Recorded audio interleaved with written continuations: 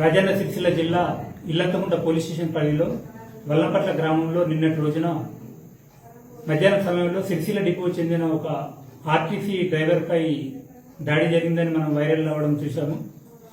ఇందులో సిద్దిపేట జిల్లా గంగాపురం గ్రామానికి చెందిన పిట్టల శ్రీకాంత్ అనే అతను వల్లంపట్ల నుండి కారులో ఫ్యామిలీతోటి తన ఊరికి వెళ్తుంటాడు. అదే సమయంలో బస్సు ఆపోజిట్లో వస్తుంది.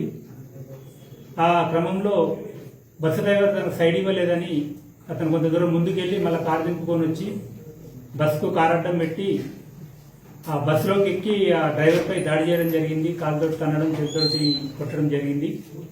దీనిపై అటు డ్రైవరు కల్లూరి బాలరాజు పోలీస్ స్టేషన్లో ఫిర్యాదు చేయగా కేసు నమోదు చేసి దర్యాప్తు చేయడం జరిగింది.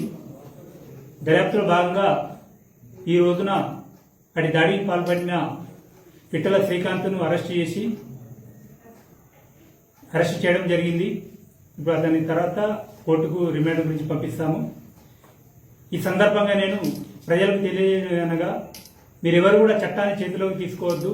ఎవరైనా మీకు సైడ్ ఇవ్వకుంటే అది ఇవ్వకుంటే ఆపి బస్ పైన ఉంటుంది, వాళ్ళకు కంప్లైంట్ చేయండి లేదా పోలీస్ స్టేషన్కి చేయండి. అంతేగాని చట్టాన్ని చేతిలో తీసుకొని ఆ బస్సు డ్రైవర్లపై దాడి చేస్తే కఠినంగా చట్ట ప్రకారం శిక్షింపబడతారు. కావున ఇది గమనించాలని తెలియపరుస్తున్నాం. విధుల్లో ఉన్న ప్రభుత్వోద్యోగులపై దాడి చేయడం తీవ్ర నేరంగా పరిగణించబడుతుంది. ఎవరు కూడా అది ఆర్టీసీ కానీ, సెస్ కానీ, ప్రభుత్వోద్యోగులు, వైద్య శాఖ కానీ, టీచర్లు ఎవరైనా కూడా మీరు ఎట్టి పరిస్థితుల్లో ప్రభుత్వోద్యోగులపై చేసుకోవడం, దాడి చేస్తే మాత్రం తీవ్రంగా చట్ట ప్రకారం చర్యలు తీసుకోబడుతుంది.